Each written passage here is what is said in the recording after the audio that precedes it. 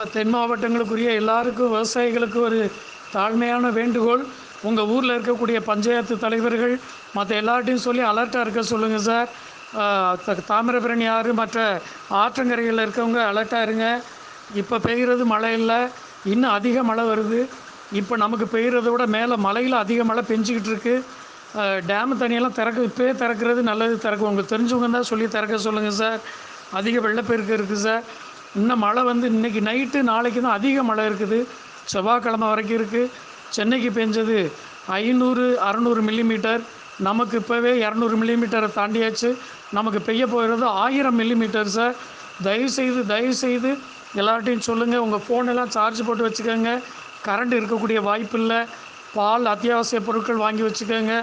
தயவுசெய்து அலர்ட்டாக இருங்க சார். உங்களுக்கு தெரிஞ்ச இடங்களில் பஞ்சாயத்து தலைவர்கள்ட்டெல்லாம் சொல்லி எல்லா இடங்களுக்கும் அலர்ட் கொடுக்க சொல்லுங்கள் சார்.